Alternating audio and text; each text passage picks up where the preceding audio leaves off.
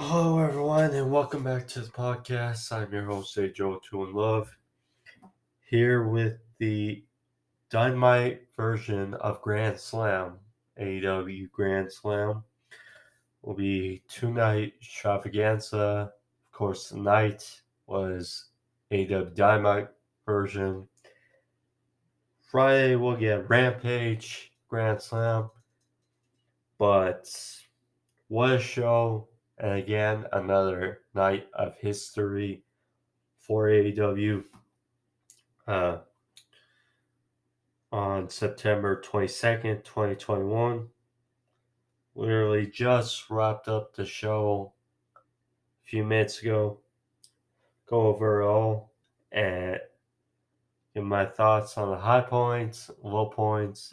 Also, give a preview of the portions of matches on Friday. So, there's that. But thank you for joining me today on the podcast. If you're new, and if you want to see more, be sure to click that subscribe, as well as you like this video, click that like button as well. But first and foremost, before we get into the matches, so the debut for Arthur Ashe Stadium, AEW's debut in New York.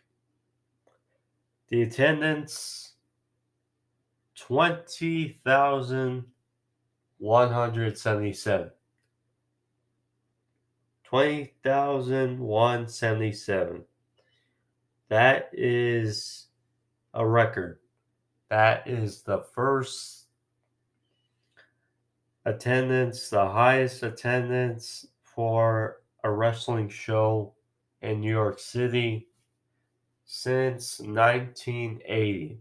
So spanning a good 40 plus years, record set by AEW in less than their 2-year span as a company, or less than 3-year span, excuse me. And they'll be back for Long Island December, I believe first week of December. And that will be over 20,000 as well. Also, for those who haven't listened and are still following the story, of course, Full Gear will be November 13th, but it hasn't changed. And the rumor going around, not sure if it's confirmed, but it's supposed to be the Target Center in Minneapolis, Minnesota, which rumors to have around 20,000 seats. So that is just big news compiling up for AEW. With that type of outlook for pay-per-view Full Gear, one must bear the question is, do we get Wyndham Rotunda, aka the former Bray Wyatt in WWE, at Full Gear? I figure with that attendance like that, I figure you have to. And that would be a cool moment in Minneapolis for AEW. But after giving that 2 cents on that, now let's get into the show portion. So the show started off great aesthetics, great look. Being in a stadium show for AEW, just the look, seeing how the fans were. The first match, and I thought this was going to be the main event, but Kenny Omega versus Bryan Danielson. I mean, Bryan Danielson was in the WrestleMania main event 5 months ago.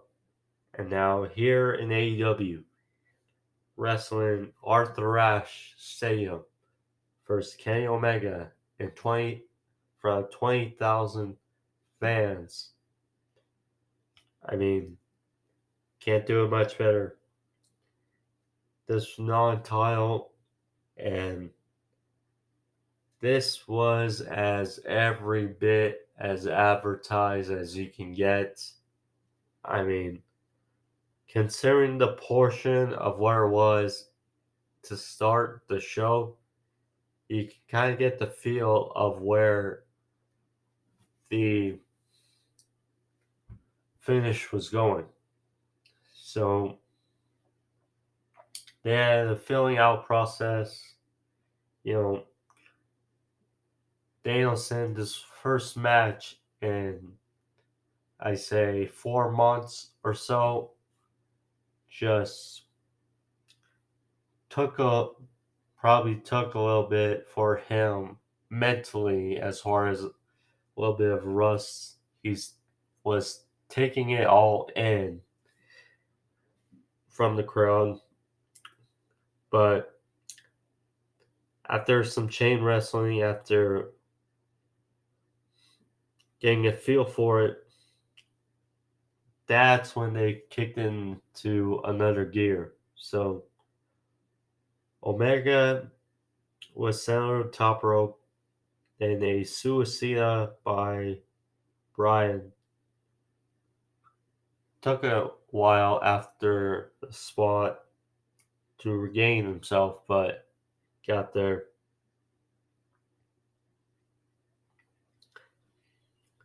Then, as they were getting back in the ring, Bryan hit a diving knee off the top rope on Omega's wrist, hence setting up for the label lock. So, after offense by Bryan, Omega turned the tables, and you could see from both their chests the damage the knife edge chops delivered. Both chests were red from the chops. Omega went for you can't escape, but Bryan got the knees up. Bryan then got the offense with a running forearm, then drop kick in the corner, followed up with a top rope hurricanrana for a near fall. Omega hit the rise of the Terminator with a tope over top rope, landed hard on his tailbone, but looked like it was okay. Then after an exchange, it's been a while since we saw it, but Bryan walked into cow mutilation on Omega, and Omega got to the bottom rope.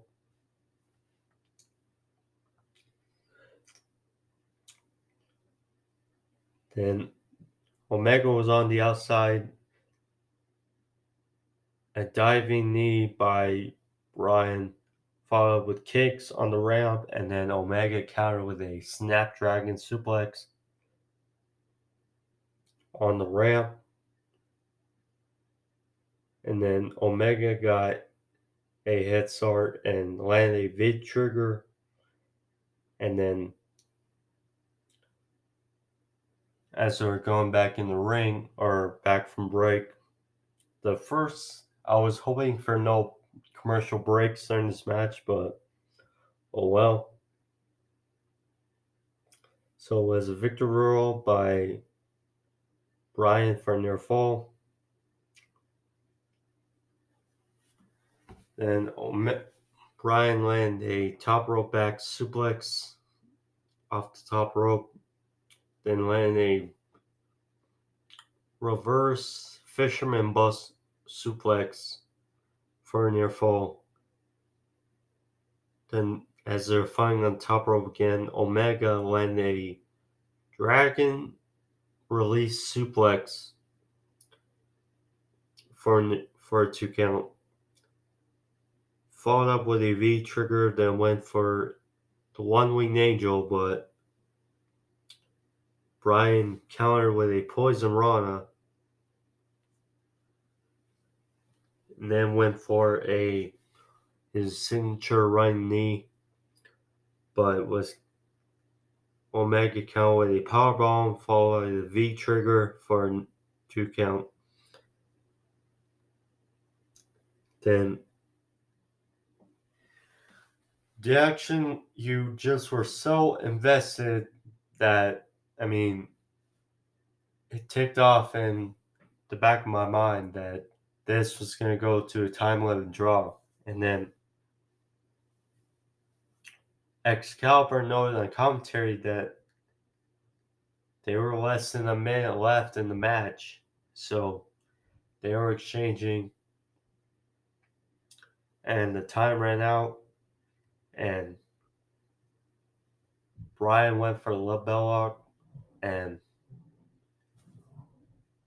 they just broke away, and the Elite came down to separate them, landed super kicks on Bryan.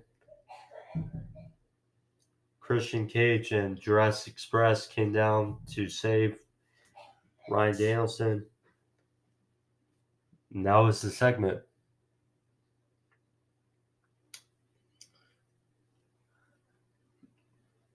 No words. Just great match.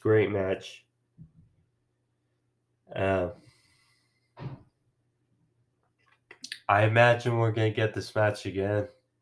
Question is, how long is Hangman Adam Page going to be out? Certainly going to be a question. But we'll see.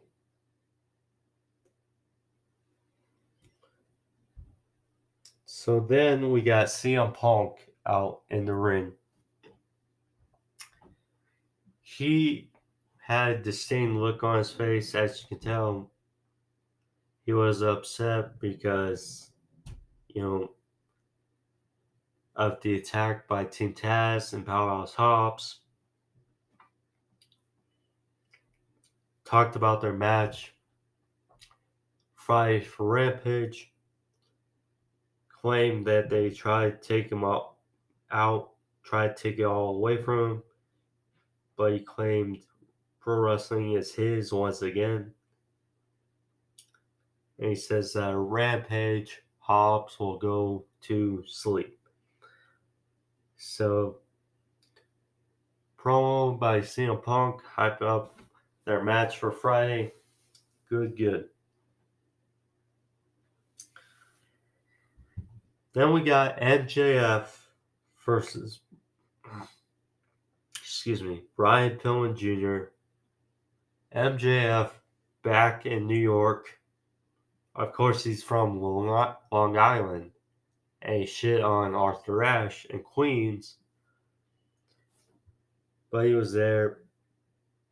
He was with Wardlow. Brian Pillman Jr., he came out with Julia Hart. Guessing Garrison is still injured. So, this good match. A little shorter. Obviously shorter than the opener, but still good for what it was. Obviously, they're pushing Pillman and MJF after that feud with Jericho. See how he rebounds, but so MJF was working on the arm of Pillman.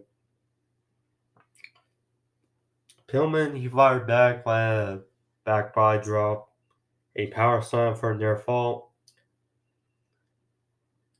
Then the end of the match came when Pillman hit a super kick and then went for his diving springboard lariat. But MJF caught him into the salty earth armbar. Pillman tapped out. good showing for Pillman. Good match. You know, obviously still has work to do, but not bad showing by Pillman. And MJF gets a much needed win after his loss to Jericho at All Out. So then we got Malakai Black versus Cody Rhodes. I was tricked because at first I thought Omega versus Danielson was going to be the main event. Then I thought Black versus Cody was going to be the main event.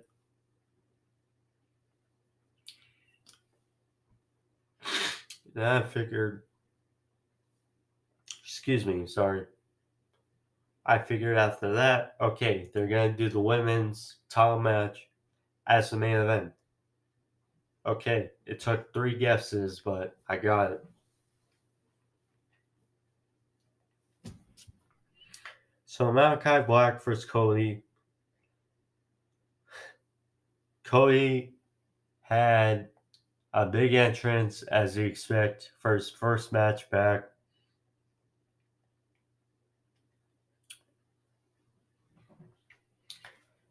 First of all,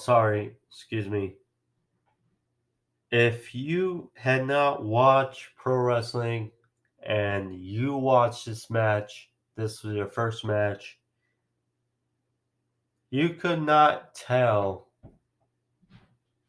that Cody Rhodes was the good guy or the babyface in this feud, because the eruption of booze reigned supreme over Cody and his wife Brandy all throughout Arthur Ashe. Almost hilarious. Actually, it was. I just wasn't laughing. I probably was inside, but yeah, Black was definitely the face in this match as far as the crowd is concerned. I mean, you know, Cody, he definitely rubs a lot of people the wrong way simply because, he's doing the Go Big Show. He's doing this reality show now with his wife Brandy. Um, you know, he's won matches many this year that he probably shouldn't have won, and I'm sure many just feel overexposed when it comes to Cody, and I get that. Um, and Cody, I'm a big fan of Cody. You know what he has done outside of WWE, what he has brought to AEW is commended, but I have to admit that this year, what he has done is a bit much. A bit much. Although I was glad to see Cody back. Still, for the crowd, different story. So Black, he was in the ring as Cody was trying to regroup on the outside. Brandy, she came in, sit across from Black, and she gave him the double bird. And Black was laughing, having a big laugh. And then Cody got the advantage uh, on Black. So Black went for a submission hold that looked like a crucifix, kind of Black Widow, like what AJ Lee used to do in WWE. Uh, but Black countered into a near fall after a roll up on Cody. They were back from break, or actually before. Black was on the ramp, and Cody, you could tell he was hearing the boos. Took a while before getting on the top rope, and he was looking at the audience. And he went on top rope. I was caught in midair by a big knee by Black on the ramp, and then they went to break. Then they come back from break, and they traded a series of near falls. And then Black hit the Sin Eater, aka, of course, the former Black Mass roundhouse kick, to Cody, and it knocked Cody to the outside.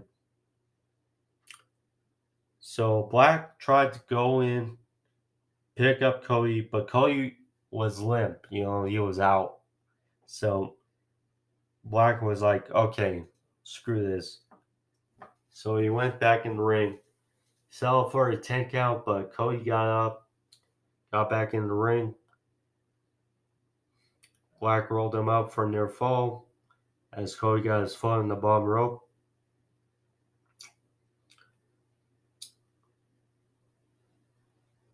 So Cody was targeting Black's leg because, of course, the Sin Eater, the Black Mass, whichever you call it, and Arn, he slipped off the apron. I didn't see it, but they know it off camera that he slipped off the apron. So Cody was thrown into Arn, which knocked Arn off the apron again, and Cody was checking on Arn. Arn refuted Cody's help. So all of a sudden, Cody was exchanging with Black in the corner. Stupid fly. But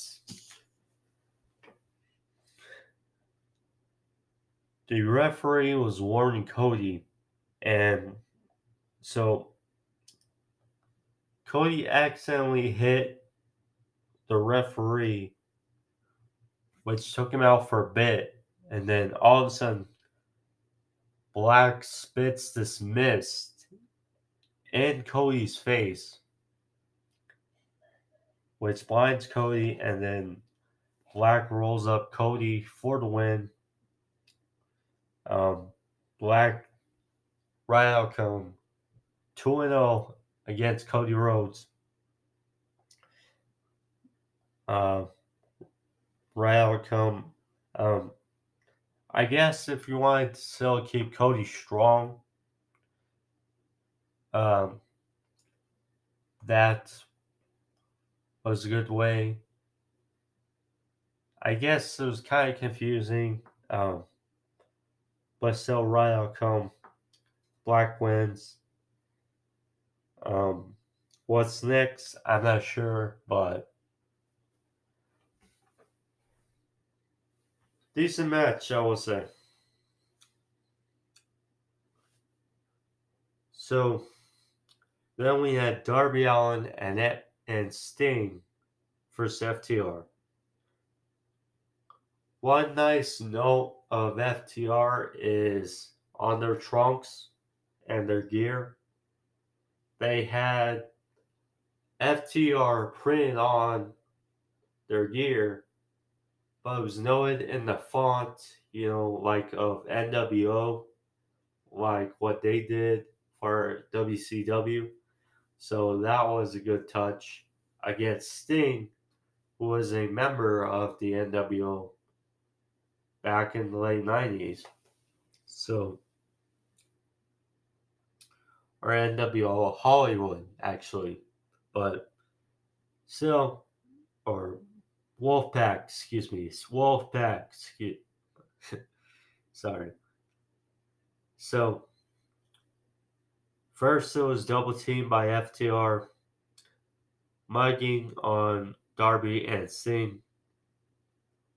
So Darby went for a coffin drop on both FTR members on the outside, but he was caught and thrown onto the apron. Nice spot. So, I mean, as we figured, most of the match was going to be beat down by Darby and a hot tag to Sting. So, after a hot tag to Sting, Sting wailed on FTR, hit a spine buster on Dax for near fall. FTR went for a spike pile driver on Darby, but Sting sent Cash to the outside and landed a crossbody on Dax for a near fall. So they were in FTR's corner, and Cash hung up Sting on the top rope, which allowed Dax to hit near fall. So Sting hit a Stinger splash on the Cash in one corner, and then the opposite corner, Dax set up a chair wedged in between the turnbuckles. So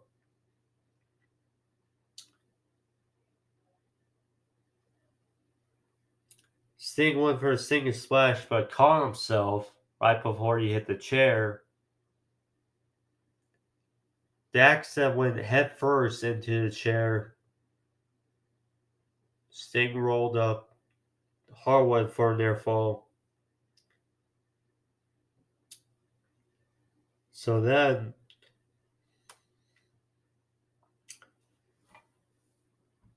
was a Scorpion Death Drop or locked on to Dax by Sting, but Dax was holding hands with Cash, preventing the tap. So